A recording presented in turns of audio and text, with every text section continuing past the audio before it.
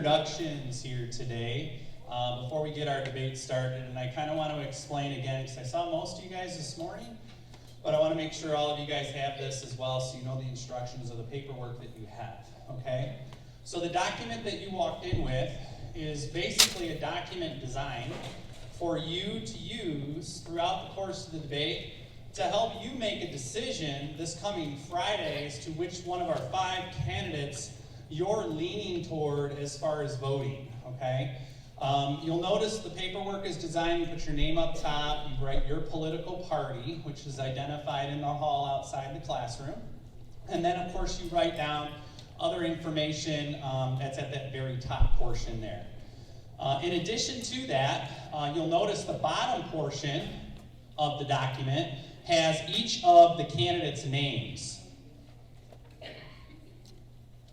And so each of the candidates' names are designed so that when you hear them say something that you agree with, write that note down underneath the candidate's name on the paperwork. And it's possible by the end of the debate, you haven't written down anything for one of the candidates because you might not agree with what they're saying, and that's okay. Remember, it doesn't mean you dislike that person, it just means you have a different system of, you're thinking differently, right? You have different ideas, okay? And it's also possible that you're going to have notes on each of the candidates, right? So the idea is, at the end of the debate, this document, which you're going to turn in, okay? And for my geography courses, and I don't know if Ms. Thompson's going to use as well, it is a score in my class. So for the 5 classes that I see Ms. Thompson saying yes, so it's going to be used in her class as well. So you'll want to make sure that you turn it into where you normally would turn in paperwork in your travel classes or your homeroom class, okay? On the very back of that document, if you flip all the way to the end, it's going to ask you if the debate changed your mind, okay? So what we want to know is if the debate performance changed your mind from believing you walked in today maybe thinking I'm voting for so-and-so, but man, after the debate performance, I've changed my mind and I'm now voting for so-and-so. We just want to know if the debate changed your mind, right? In the past, debates have made a huge difference in some cases. We had a race one year where we had a member come in who was polling high, who was expected to win, and then he got outperformed on the debate stage. And about 90% of the people put on their form that they were changing the way they voted based on the debate performance. And then other years, it doesn't sway the vote. So we're always curious as stat people as far as what are the numbers fall, so that's why we have you answer that yes/no question at the very back end of the form, okay? There are several teachers here. Obviously, they're going to help with just maintaining the fact that you're here, giving respect to the candidates at hand. If there's a problem with anybody, I've already spoke to the classes I spoke with, you'll be asked to leave the venue. And if you have a situation where you got to use a restroom or you need somebody, just raise your hand. We prefer you not to get up. Just raise your hand and one of the adults will come and address your question. Mr. DeMarty in the back is one of the special guys here today because he has papers in his hand, and his papers that he has are little sheets, they're little half sheets, and those are for if you during the debate have a question that you want to ask the candidate, we do open it up to like an audience participation. So during the course of the debate, remember he's one guy, so you might have to wait a little while, just be patient. But if in the course of the debate you have a question, you can raise your hand for Mr. DeMarty. He'll come over. He'll give you a slip. You'll write your question down, and then that slip will be given back to one of the adults in the room. You can hand it to any of them. Just raise your paper up, and they'll come and grab it, and then they bring us the papers here at the main table. Again, it's not a guarantee that your question will get asked, but we'll do our best as debate moderators up front to help you with those questions going forward, okay? Last but not least, let's bring us to some introductions here today. We have a very special guest with us here today. I actually contacted all former past presidents that the school has had. Our oldest one is now a freshman at State. I spoke to him yesterday. He couldn't make it with us here today. Obviously, he's got a little bit of a drive to East Lansing. And I talked to other ones as well. And today we have a special guest in the chamber. Let's give a huge round of applause to one of our former presidents. Carly Sumner is joining us. Carly had an opportunity to get out of her afternoon class to join us here today as we invite past presidents. Carly was one of our last Republican presidents. Her vice president was Lila Nazary, and she's known for the creation, whether it was when she was in the Senate the year before, or the presidency of helping us establish a talent show here at this school. Again, the president holds the power in determining what laws pass, and we have a talent show every year with Mrs. Nickel, and this presidency was kind of a result of that talent show that we now celebrate year after year. So we appreciate you, Carly, for coming in, joining us for the debate here at hand. I'm going to go over other introductions here, as obviously we have 5 candidates running for office. So I'm going to do my best with names in these introductions. I'm going to introduce their vice presidents. I'm going to call them by name. If we could give them a round of applause as their name is called. And one of them's on Hamid on a lay here, so you don't have to stand. You can just kind of wave so we know who you are. But let's recognize the vice president. We have Carly Randlett. Give her a round of applause. Good grade. We also have, if you would stand, Brody Asman. We have Mr. Holden Whittingham. We have Miss Sydney White. And we have Miss Fabiana Isho. Let's give her a round of applause. One of these 5 will join the ranks of the other vice presidents that have served here at this school, and we'll see which one that is getting closer and closer to this Friday. With that being said, let me now bring out the candidates at hand. I'm going to introduce them by name. If I could ask all of you to please stand, except for those who can't right now. Go ahead and stand. Let's give these members a standing ovation. And let's welcome our first candidate for president of the 2020 school year, Isabella Lanat. Let's give her a huge round of applause. Isabella is one of our independents running for president this year. We have not had an independent president at this school, so she could break that barrier. We'll wait and see where the vote falls Friday. Our next candidate, another independent running for office. Let's give a huge round of applause for Mr. Julian Villarine.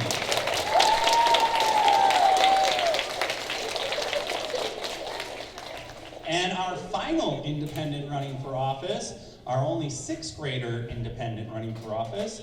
Let's give a huge round of applause to Ms. Gabby Watson. All right, so those are your 3 independents running for office. Again, we have not elected an independent here at this school in all 7 other elections, so they could break that mold and get themselves to that top tier.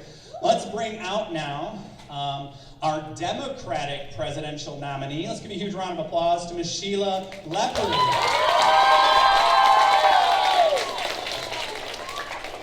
And finally, a huge round of applause to our Republican candidate, Mr. Luke Mazinski.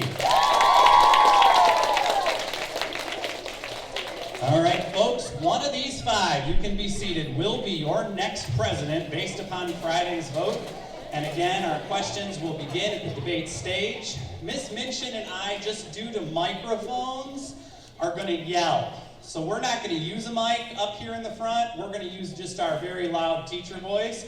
We want to make sure you hear the candidates more than you hear us. So we're going to kind of be stating our question very loudly. And if for some reason you're having trouble hearing Ms. Minchin or I, just raise your hand, let a teacher know, and we'll know to pipe up our cords as we go on. Okay? With that being said, I'm going to hand the mic over to our candidates, and then we'll fire away with questions here at the debate stage. The debate will roughly go till about 1:45, give or take a few minutes, and then we'll conclude with closing statements.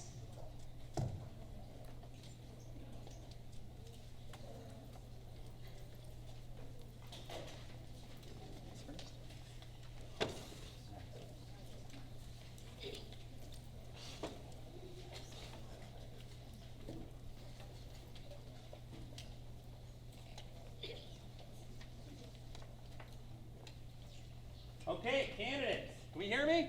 Yes. All right, candidates, I'm going to ask the first question. This question is actually to all 5 of you, so I'm going to kind of go in order based upon the ranking up on stage. And my first question is this, and I'll start with our candidate off to the right, presidential candidate Lynott. The question is this: do you believe students should lose recess if they do not finish their work? Yes or no, and tell me why. Go ahead.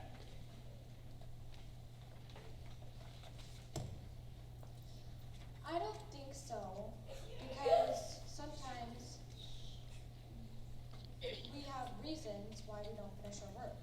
And it's not fair for us to lose recess. Well, it's kind of a privilege. And I just think it's not something we should do anymore. Okay, thank you, presidential candidate Lynott. Same question to you, independent candidate Mr. Villarine. Again, this isn't a law question. This is your opinion, right? So, do you believe students? Do you agree with your opponent here that they should not lose recess, or do you agree that they should? And tell me why. Go ahead. I think they should lose recess because they should be finishing at work besides talking with their friends, and they can do it at their recess, so they can finish it, and then they can have recess after that. Okay, so we have two opposing views here, which is great. And now let's go over to our next candidate, independent candidate, Ms. Watson. Do you agree with Mr. Villarine, or do you agree with Ms. Lynott on whether or not students should lose recess because of work? Go ahead. I think that if students have their work due the next day, then they should lose recess. But if they don't have to have it done by the next day, and if they have time to work on it, they can find another time to work on it. Okay, thank you, Ms. Watson. Same question to the Democratic candidate.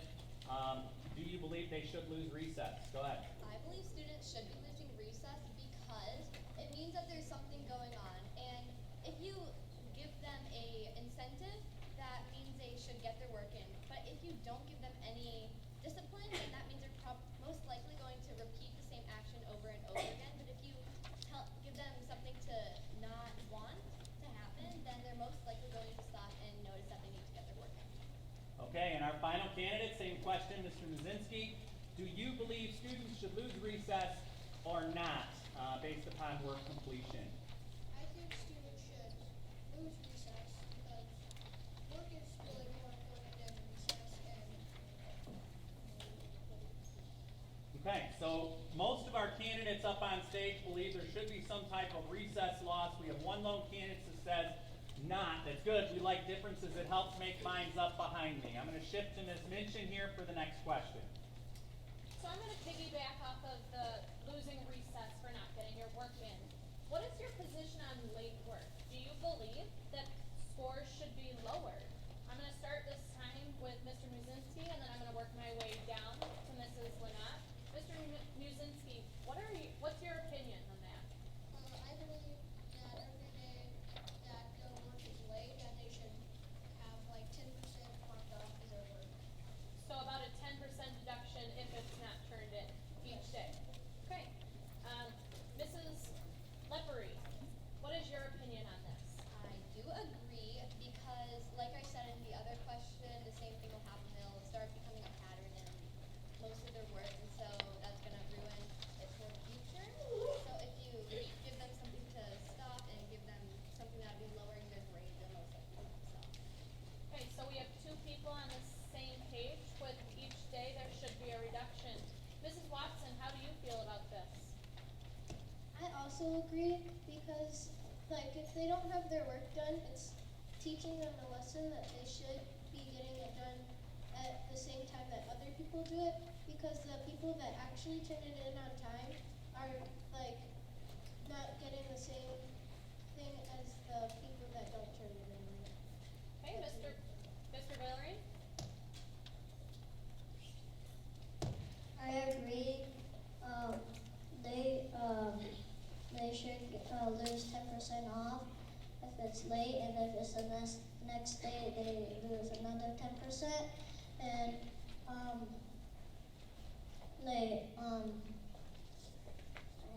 can't find another answer. Thank you.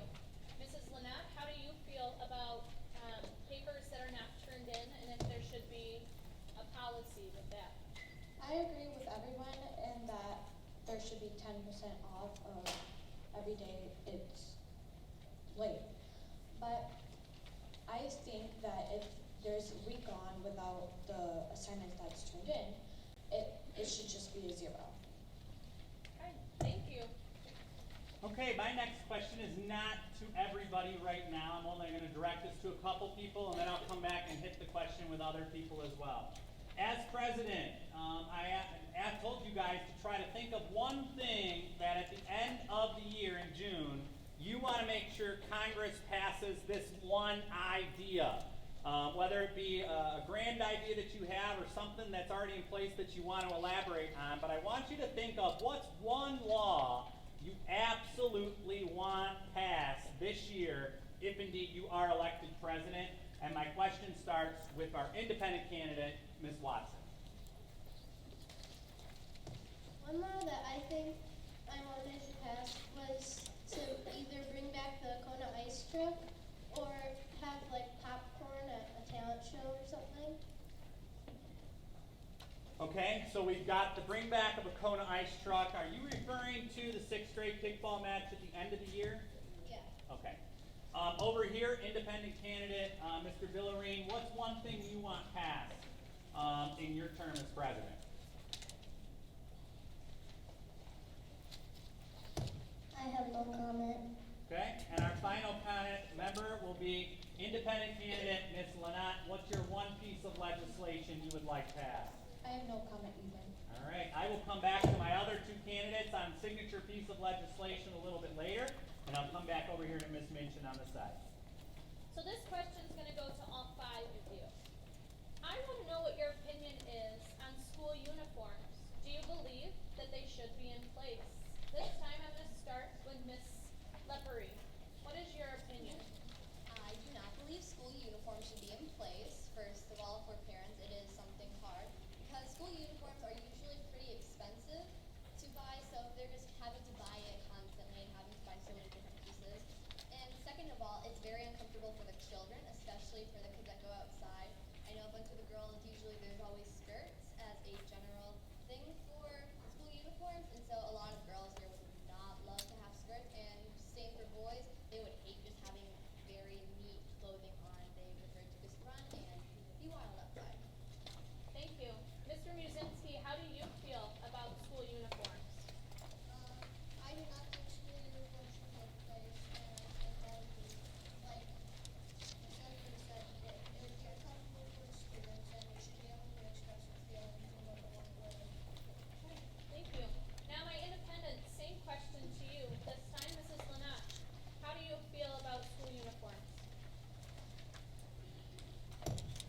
Like they said, I don't think school uniforms should be in place because it's uncomfortable. And some people like their own fashion, and it's just boring to have the same outfit over and over again. Thank you. Mrs. Watson, how do you feel on this issue? I also agree because they are very uncomfortable, and I think students should have the freedom to wear what they want to wear. Mr. Villarine, how do you feel about uniforms? I agree with all of them. Some parents cannot afford them, and they're not comfortable. And for example, if a girl was wearing a skirt and it was snowing, what if they fall in the snow? They get all wet and snowy. Thank you. Mr. Harwood.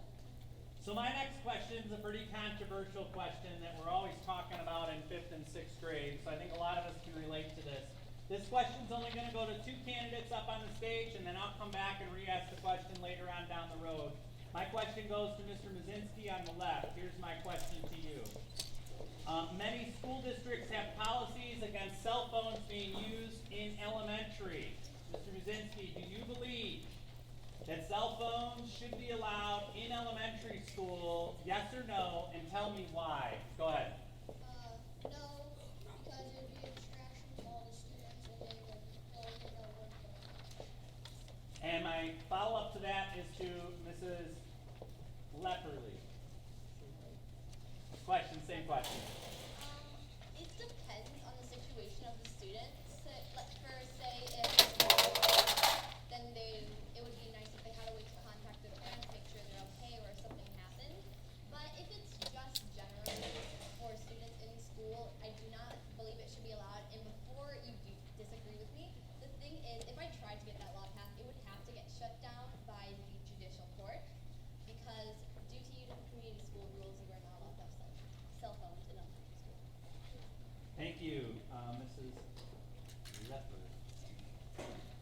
With that being said, I'll shift over here to Ms. Minchin for the next follow-up question.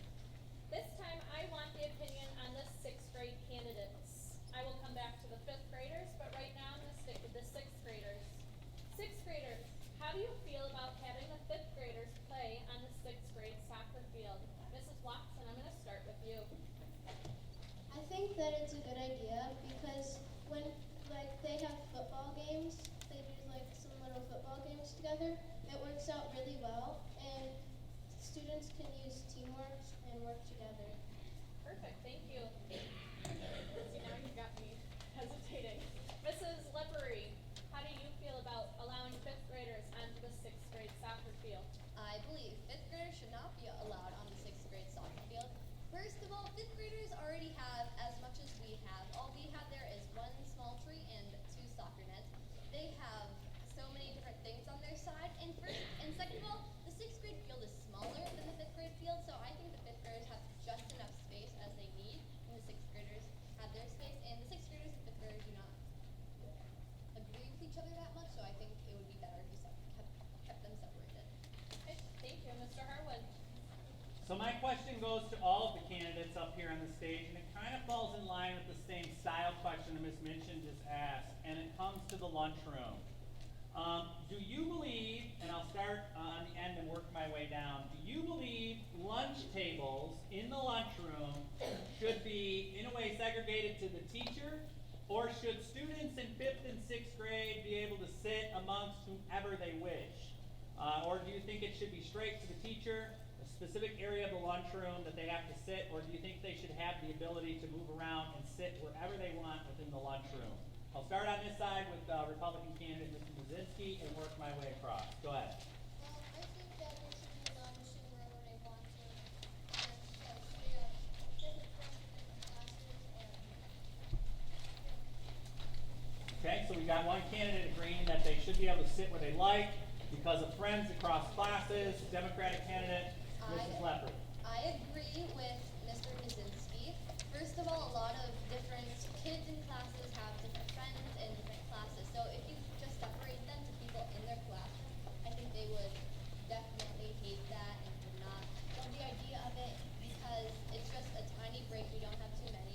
So just giving them friends to sit by would be better. And my independent candidate, Ms. Watson, do you agree or disagree with your two opponents on the side here?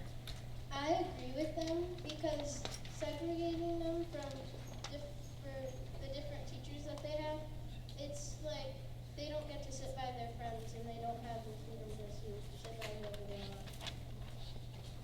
Mr. Villarine, agree with these three, or do you have a difference of opinion? Go ahead. I agree with them because the same thing that they said, some kids have different classmates in different classes, but also kids who have friends in different classes, if they sit in their own same class, they might not have like really any friends in their same class, so they might want to sit wherever they want. Great. And our final candidate, we got a lot of agreement up here. Do you agree or disagree with allowing people to sit where they like? Go ahead.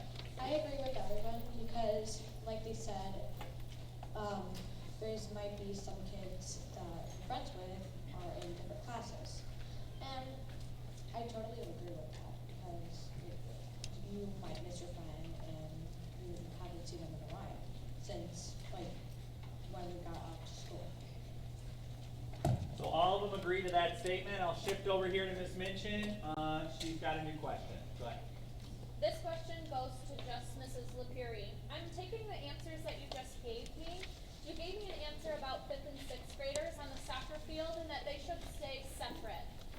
But in the lunchroom, you think that you should be able to sit wherever you want. My question is, what makes the lunchroom different from the playground? Well, the 5th and 6th graders have their own friends. So if you separate them by teacher, I know a lot of 5th graders have friends with different teachers. We have friends in different classes. So, and it doesn't mean that the 5th graders would have to sit with the 6th graders. It could still mean that they're still going to just sit by people in their same grade but in different classes. So, correct me if I'm wrong. Are you saying that in the lunchroom, people should be able to sit by grade level or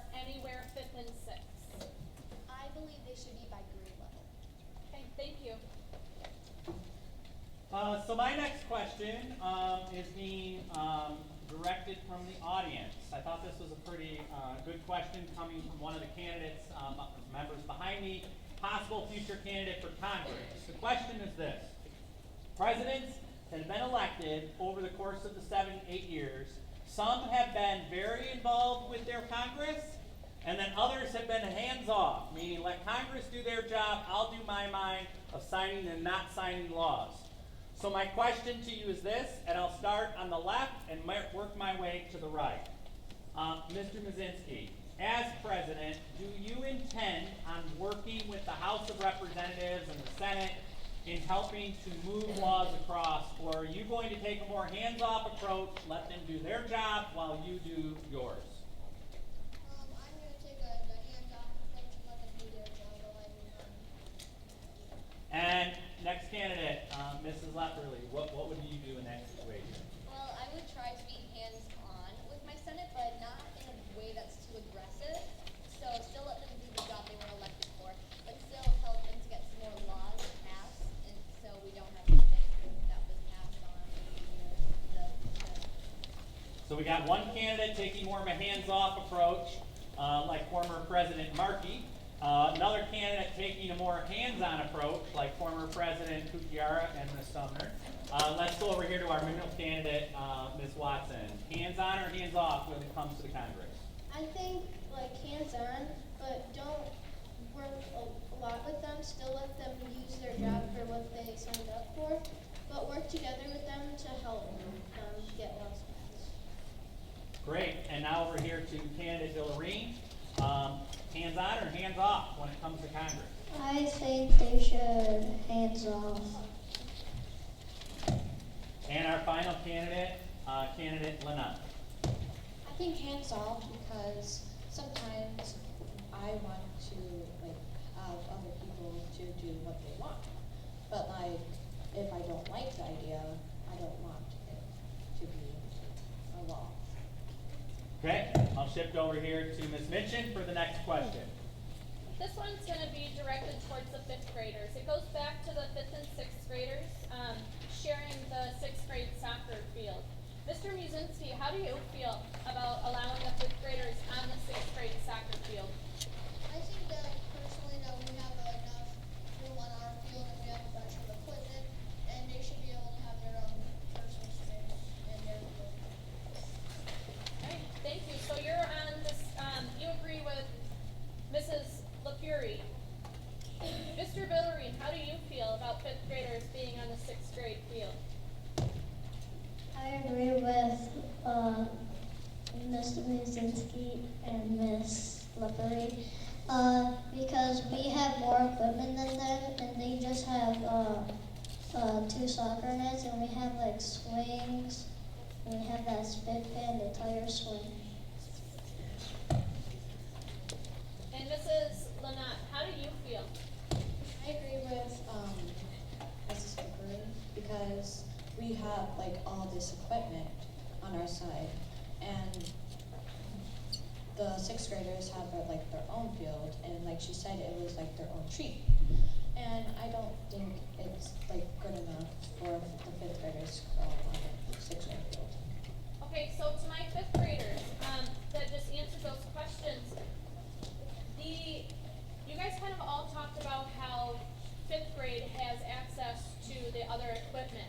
That's communal property, so that means 6th grade is also able to use the spit pit, the worm, the slide, the swings. Does that change your answer, knowing that the 6th graders are able to use that equipment as well? Mr. Muzinski? No. Mr. Villarine? Yes. And Mrs. Lynette? No. Okay, thank you. So my next question goes to all 5 of you. Again, another audience question here posed by members behind me thinking on the spot. This school year, with 5th and 6th grade kind of merged together in a switching classes like a middle school style, we incorporated a system of management called Class Dojo. The question being asked to the 5 candidates before you is this: what is your opinion of Class Dojo? Do you like what it's doing to help maintain management within our system? Do you feel it needs to be tweaked? Are there any things that you would change about the system? What is your overall opinion about Class Dojo? I'm going to start in the center with Ms. Watson and move on. Go ahead. I think that Class Dojo is good for a school because it helps to keep track of like what kids are being bad and who is being good. And for like field trips and stuff, I think that's a good idea if they can't go because if they're not behaving, then they shouldn't be able to go. To my left, we have one candidate who says things are going great as she sees it. What is your opinion? Go ahead. I believe things are going pretty good, but there are a couple of things that you may be able to tweak, like having it because you can't ever know like when you did something, and sometimes teachers forget to explain it to you. So let's say you didn't know why you got a talking thing and you don't remember a time of it, and the teacher forgot, so you wouldn't know how to fix it. You wouldn't know how to just kind of help it and learn what you did at that moment of the day. So, but overall, it's going pretty good. So one tweak that you would have is basically a more current update when a kid gets a zap so they're immediately aware of the situation. Is that kind of how I'm Correct, and understanding? a description of the event that happened, so they don't just randomly get it at a random time. They know what they did at that time. Okay, Mr. Mazinski, what is your opinion? I agree with Ms. Watson that everything's good and it's a good point system and it's good for discipline. Like if they have a certain amount of zaps that they're like if you can't go on field trip. Okay, down here to candidate Villarine, what is your opinion of Class Dojo? I agree with Mr. Mazinski. Some kids get in trouble because they're doing something bad and they're responsible for their actions. And my final candidate, Ms. Lynott, anything in particular? Go ahead. I agree with Mrs. Watson because it is going great because your parents get straight away a notification of what you did wrong when you get a zap. Great, excellent feedback. I'll shift over here to Ms. Minchin for the next question. This question goes to all 5 of you as well. I'm going to talk about another controversial kind of issue. Mr. Harwood already touched upon cell phone policy. This is a different policy. It says research shows that chewing gum leads to higher academic success. Many schools have bans against chewing gum because it's a distraction. Do you believe that students have the right to chew gum during the school day? This time I'm going to start with Mrs. Lynott. How do you feel about the chewing gum policy? I think it should be still banned because it is a distraction because they might just focus on the chewing and not their work. Thank you. So you are against it. Mr. Villarine, how do you feel about chewing gum? I think they are able to chew gum just as long as they don't blow bubbles or anything like that, or constantly make a bubble. If somebody is constantly blowing bubbles or cracking gum, making noises, what do you think should happen? They shouldn't be able to chew gum anymore. Okay, thank you. Mrs. Watson, how do you feel about the gun policy? I think that it's a good idea to have gum because it helps you it helps you like work and stuff. It even helps me. And if they blow a bubble or something and make distractions to their students, I think that they should be banned from chewing gum. Thank you. Mrs. Leppery, how do you feel? Well, I agree with Mrs. Watson and Mr. Villaria because if a lot of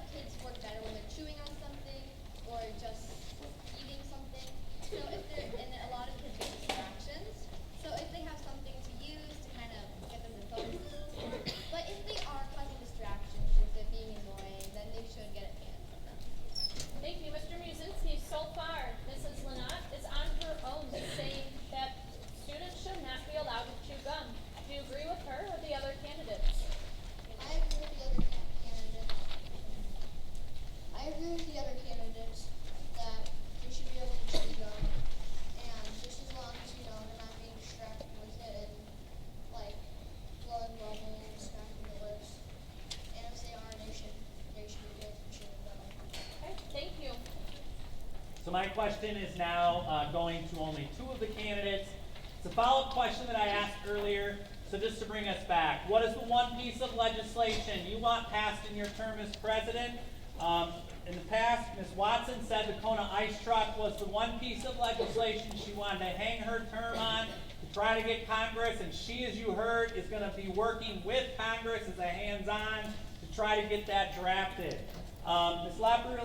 Leppery, what is the one piece of legislation you would like to hang your hat on and say, I did that with Congress? Go ahead. Well, at the end of the year, I was thinking if 6th graders and 5th graders put on a little show, it's something where they aren't forced to participate if they choose to, and it can be something they do, especially for the 6th graders, so they can have something fun to remember they did at the school, and have just a little comedy skit put on so the school could watch it. So a comedy skit, we got a Kona ice truck, and finally, Mr. Mazinski, what is the one piece of legislation you want to hang your hat on? Go ahead. Well, I think that give everyone a t-shirt and an incentive to the class. So some sort of incentive built within the class itself, designed for each teacher. Is that kind of how I'm understanding it? Yes. Okay, so 3 different ideas on that. I'll yield now to Ms. Minchin for the next question. This is another question that's going to go to all 5 of you. In the past, student government has always been available to 5th and 6th grade students. Do you believe that 4th grade students should be allowed to be a part of the government? Why or why not? I'm going to start with Mr. Villarine. How do you feel and why? I think they can run for like Senate, House of Rep, and the other ones besides President and Judge, because some 4th graders are not responsible enough to take their job. Thank you. Mrs. Watson, how do you feel about having 4th grade join student government? I think that they're still a little bit young and they have a little bit more to learn. But like if I think that it should just be 5th and 6th grade for now. Thank you. So far, both of you are in agreement that they should not be allowed to be included. Mr. Muzinski, how do you feel? I actually agree with Miss Watson, and but they should be able to only vote. So you are on board with Mr. Villarine, Ms. Watson, but you're adding another component. You think that they should be included by voting. Yes. Thank you. Ms. Lynott, what is your position on 4th grade in the government?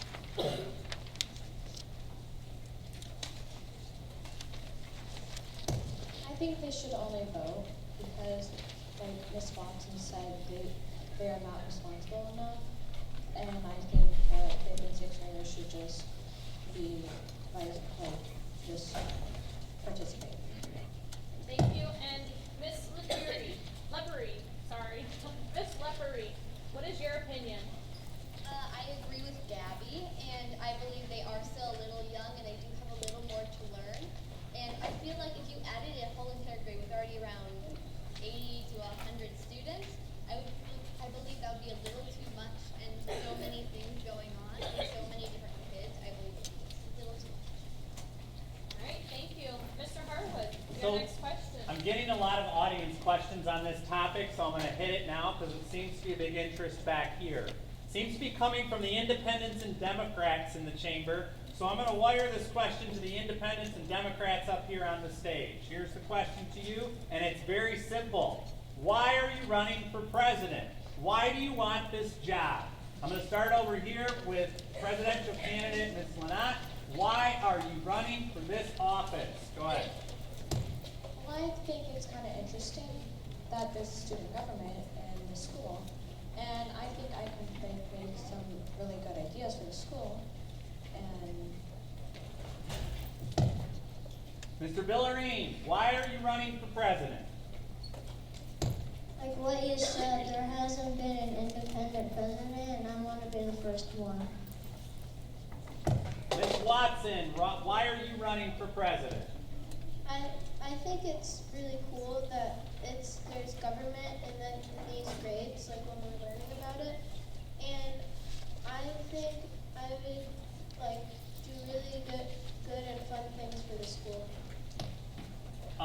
Leppery, why are you running for president? I chose to run for president because I want to add some new, fun, exciting things to the school instead of just having the same thing over and over again, and have something to be remembered for it and make something that the kids here can enjoy for the years instead of just having the same thing over again. And Mr. Mazinski, why are you running for president? I'm going to let you chime in here because we just got another one in from a Republican. So go ahead, answer that question. Well, I think that I'll be able to add some new things. And there hasn't been a Republican president in a while, so. So you want to continue that torch. All right, I'll yield the floor to Ms. Minchin here. Ms. Minchin. I seem to keep picking controversial topics. This time, wearing hats. What is your position on allowing students to wear hats during the school day? Ms. Watson, I'm going to start with you. I think it's a good idea for students to wear hats because they should have the freedom to wear what they want to wear. And I think that they could show like what kind of like sports team they're in or how they like express what their style is. Thank you. Ms. Leppery, what is your opinion on wearing hats? I don't really agree with the idea of wearing hats in school. First of all, I don't really think anyone here would really need to wear hats or just choose to. It wouldn't really match anything. And in my culture, it's found to be disrespectful wearing hats indoors. Okay, thank you. Mrs. Lynette, do you agree with Ms. Watson and with Ms. Leppery? Or do you agree with Ms. Watson? I agree with Ms. Leppery because sometimes I think the hats could be a little distracting because they might put it on and the dog can put it on. It's just like a trying to sleep. Thank you. Mr. Musinski, what is your opinion on wearing hats? I agree with Ms. Watson. You know, they should be able to like wear anything, and they should be able to have the freedom to wear what they want, just as long as nothing inappropriate in school. Thank you. And Mr. Villareen, how do you feel about hats? I think they should wear it. I agree with Mr. Muzinski, just as long as it's not inappropriate. And also, like if it's like really sunny outside, like for example, like in the spring, some people wear hats. All right, so Ms. Watson, Mr. Musinski, and Mr. Villareen believe that we should be allowed to wear hats, where Mrs. Lynette and Mrs. Leppery are against it. Thank you. Mr. Harwood. So my question's tying into some audience question and also bringing it back to a question I asked earlier. And I want to just make sure the audience is clear on this. Mr. Muzinski, you were asked that cell phones in elementary school should not be allowed. Is that correct? Yes. Okay. And Ms. Leppery, you also said that they should not be allowed. Is that correct? It just depends if they're walking or having to ride home somehow without a parent. So my question is from the audience. I'm going to ask you specifically because you are the lone Democrat coming from a Democratic voter behind me. The question is, would you allow cell phones to be in the hands of students provided they weren't using them during class and only after school hours? Would you be okay with them staying in a backpack? Because technically they're not even supposed to be on school grounds according to the language of the policy. Would you approve them being in backpacks to use after school and forbid them from using in the classroom or in the halls? I would forbid them from using it in the classroom, but having it in their backpacks would be fine if they're walking home after school or riding a bike and something bad happens, so they'll have someone to call instead of just having them. Okay, so you would be okay with that question or that statement? Just as long as it was not a distraction from your backpack. That question on cell phones, Ms. Watson, you didn't get a chance to chime in last time. Do you believe the use of cell phones in the elementary should remain a no? Yes or no to that? I agree with Ms. Leppery that they should be able to be at school, but just in a backpack. and if they're not a distraction to anyone and you don't bring them in the classroom, then you can use them. So in agreement with Ms. Lepperly, Mr. Villarine, what's your opinion on cell phones? I agree with Miss Watson. Just as long they don't have it in the class, because if you use it in the class, some people, like, for example, math, some people can just use a calculator and cheat.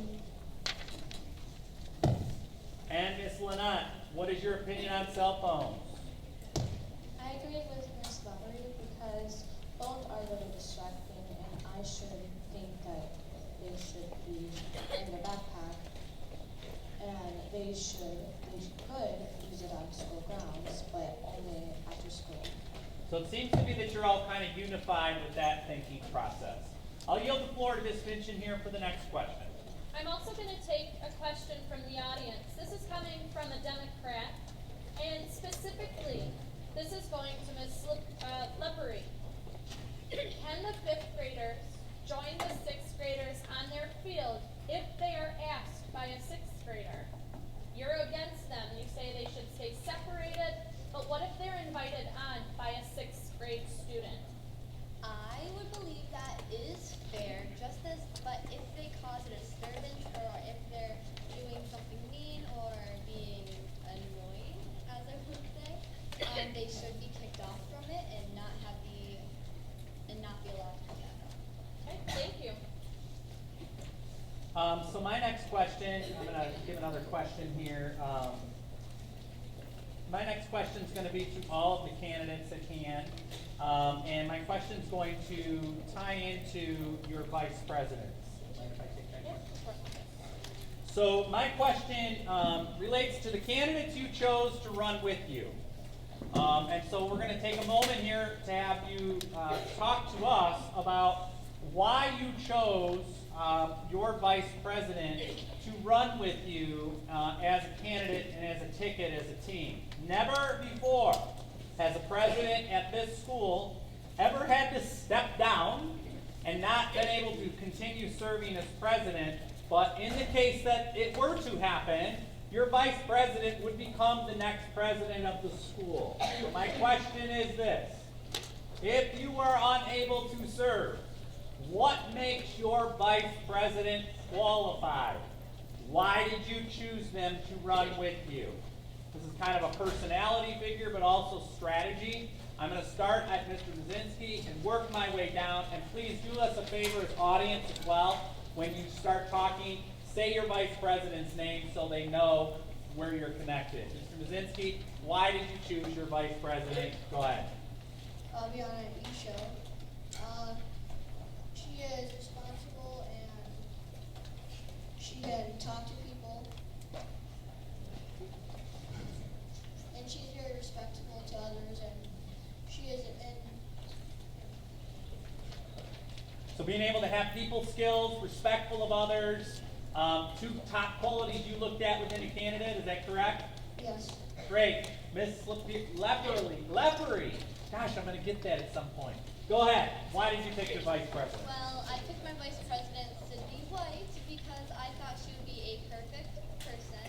She is a smart individual who is pretty non-biased, so if she had a hard law come up to a desk if I was unable to serve, then I think she would go based off what she thought and not what others were telling her.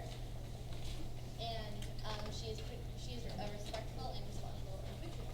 So one unique thing you talked about was an unbiased thinking, meaning party isn't going to really decide. It's going to be the idea itself. And where the vice president becomes important is obviously the vice president is in charge of the Senate. So whoever is elected as the Senate, you will answer to the vice president. And if for some reason the tie is close, the vice president does break the tie in the Senate. It has happened before. Ms. Watson, why did you choose your vice president? I chose my vice president, Fulton Winningham.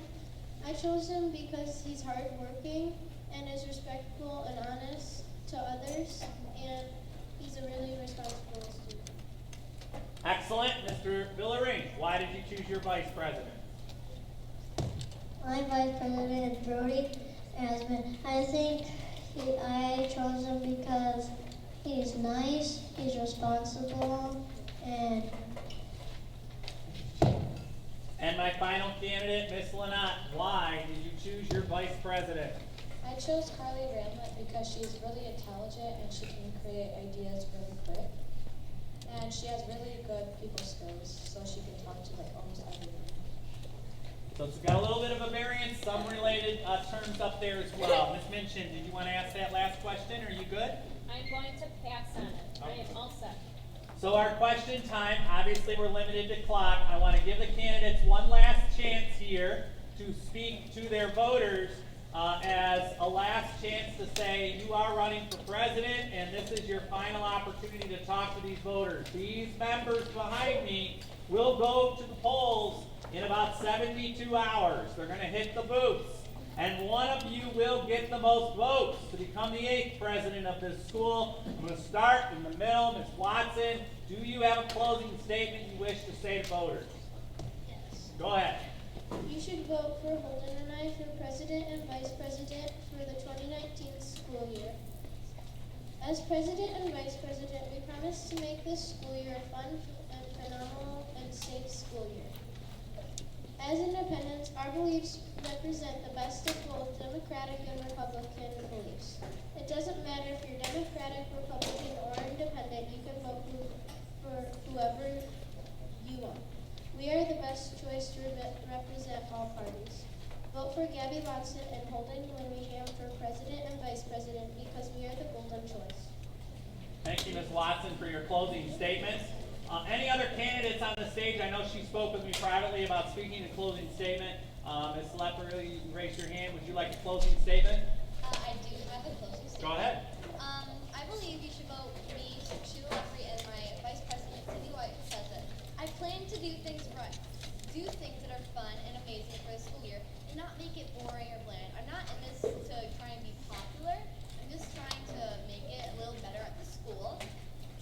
For example, like I said, I would love to put on a skit done by the 5th and 6th graders that want to participate, or even have a movie day before a break where everyone comes down to the gym. But none of that's possible if you don't vote a president that doesn't want any of that to happen. So be a pal and vote for these gals, Sheila Leffrey and Cindy White at the polls, and please make sure you fill it out correctly.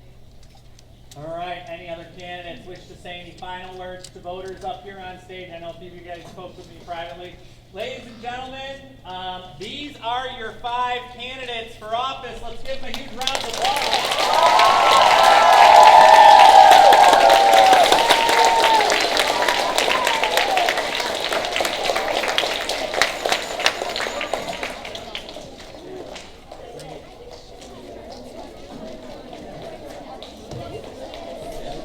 All right, voters. I want the candidates to see what I'm about to ask because I think it's helpful and refreshing for them as well. First off, audience, your questions coming in were fantastic. There were so many more we wanted to ask, but we didn't have an opportunity to just to the sake of time. But what's kind of cool is all these slips that you guys submitted, these questions are saved in an account, and so for future presidents, we add to our list based upon the questions you've submitted. Now, obviously, if your question didn't get answered, see these candidates privately. Ask them at recess. Say, hey, I heard you say this. What does that mean for me? It's okay to go up to them privately and have that discussion. Again, you want to make sure your vote is the vote you're actually going for. You want to vote for somebody who's going to benefit you as an actual voter going forward.